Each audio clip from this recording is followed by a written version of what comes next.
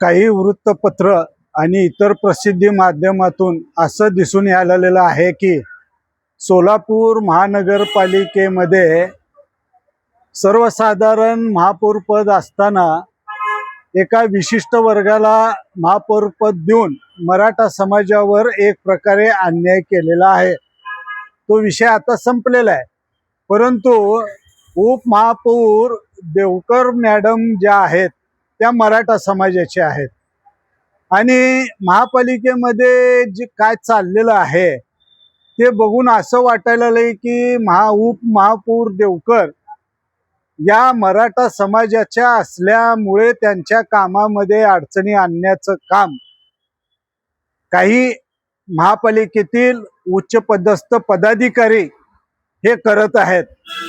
हे करत असताना भाजपमध्ये जे मराठा समाजाचे नगरसेवक आहेत, कार्यकर्ते आहेत, हे मूग गिळून गप्प बसलेले आहेत।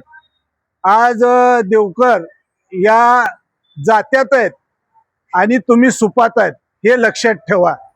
आज तुम्ही बोलायला पाहिजे आज काय चाललेलं आहे म्हणून।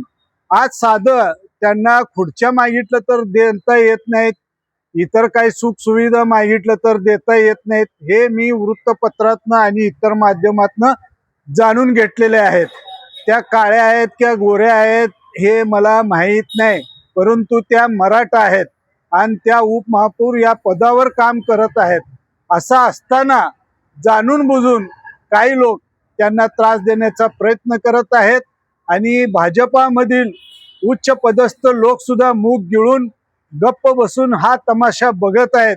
या बाबतीत आम्हाला विचार करावा लागेल, सर्वच बाबतीत।